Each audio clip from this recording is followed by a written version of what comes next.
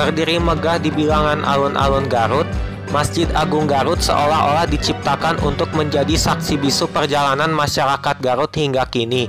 Pembangunan masjid ini diprakarsai oleh Bupati RAA Wiratanudatar yang kemudian disempurnakan oleh Adipati Surya Kartalegawa. Diduga, masjid ini sudah berdiri sejak 1809 yang didasarkan pada penemuan tanggal tertua yang terdapat di salah satu nisan kuburan di komplek pemakaman yang ada di samping masjid. Seperti telah diketahui bersama tentang sebuah tradisi Islam yang menempatkan pemakaman berdekatan atau bersebelahan dengan masjid, bukan sebaliknya. Dalam artian bahwa masjid telah dibangun terlebih dahulu sebagai tempat peribadatan dan tempat penyelenggaraan jenazah hingga ke proses pemakaman, sehingga besar kemungkinan Masjid Agung Garut telah berdiri sebelum tahun 1809.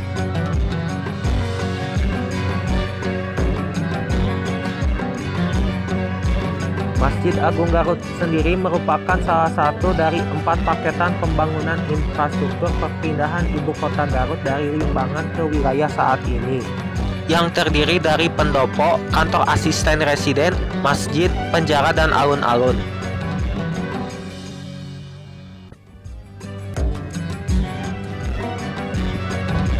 Perkembangan Masjid Agung Garut lebih ramai menjadi pusat kegiatan keagamaan masyarakat setelah dipegang Adipati Muhammad Musa Surya Kartalegawa. Awalnya, kegiatan masjid hanya diperuntukkan untuk sholat 5 waktu. Namun, seiring perkembangan warga, terutama mulai masuknya budaya pesantren, akhirnya masjid mulai difungsikan untuk menggelar sholat Jumat, sholat Id, dan kegiatan keagamaan Islam lainnya. Kepengurusan DKM sendiri pertama kali dipimpin Kiai Haji Hijazi, seorang warga asli pribumi Garut yang merupakan penghulu pertama di Garut. Kemudian diteruskan putranya Kiai Haji Tamimi. Dalam perjalanan selanjutnya, banyak kiai, ulama besar bahu-membahu untuk memakmurkan dan mengisi kegiatan keagamaan di Masjid Agung Garut.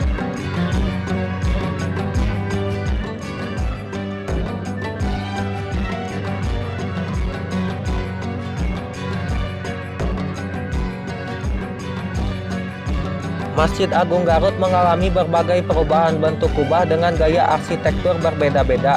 Bentuk awal kubah Masjid Agung Garut berupa atap tajuk tumpang tiga atau biasa disebut atap nyungcung yang kala itu menjadi bangunan umum tradisional yang ada di wilayah Tatar Sunda. Bentuk tersebut diadaptasi dari kebudayaan yang terinspirasi dari bentuk pegunungan. Selain itu, bentuk yang runcing menggambarkan bahwa titik terpuncaknya ialah Tuhan, sedangkan bentuk bawah yang melebar ialah penggambaran manusia atau makhluk ciptaannya. Bangunan Masjid Agung Garut sendiri menggunakan bahan batu bata dan atap genteng buatan Kampung Liyo. Sekeliling masjid dipagar tembok berlubang-lubang model sisik ikan.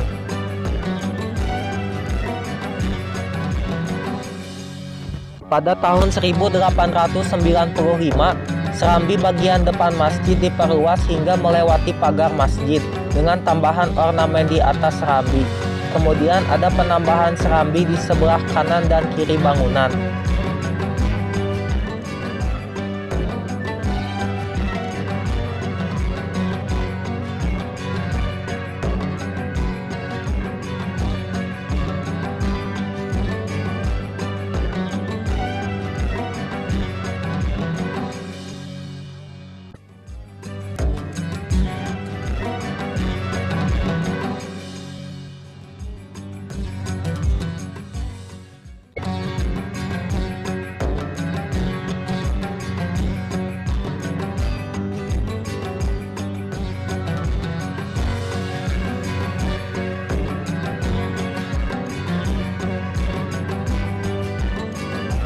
Tahun 1930-an, struktur atap bangunan masih berbentuk limasan bersusun tiga, namun dibuat lebih lancip dan menjulang.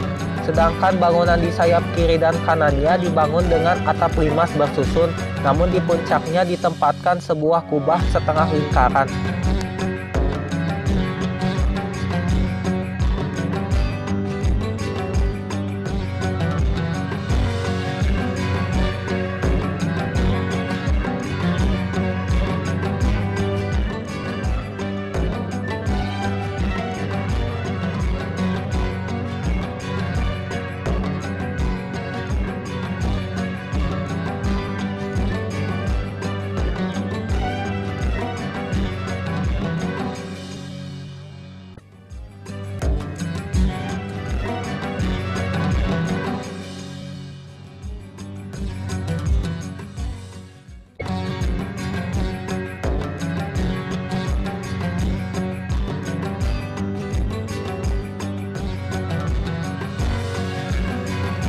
Perubahan signifikan pada Masjid Agung Garut terjadi pada tahun 1979.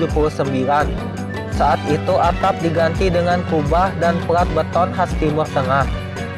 Sekitar awal 80-an, atap ini pernah runtuh yang mengakibatkan adanya renovasi kembali. Tahun 1982, kubah Masjid Agung Garut diubah dengan bentuk menyerupai kopiah berlapis seg bergelombang. Pada saat yang sama juga, bangunan Masjid Agung Garut ikut dirombak. Tahun 1994, bentuk kubah kembali menggunakan model Timur Tengah, tetapi dengan sentuhan yang lebih modern yang terbuat dari baja mengkilap. Pada renovasi ini juga ditambahkan 4 menara kembar yang dipasang kubah kecil.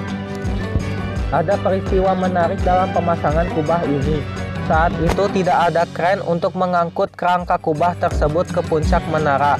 Akhirnya digunakan helikopter bantuan Skuadron Angkatan Udara Atang Senjaya Bogor untuk memasangnya.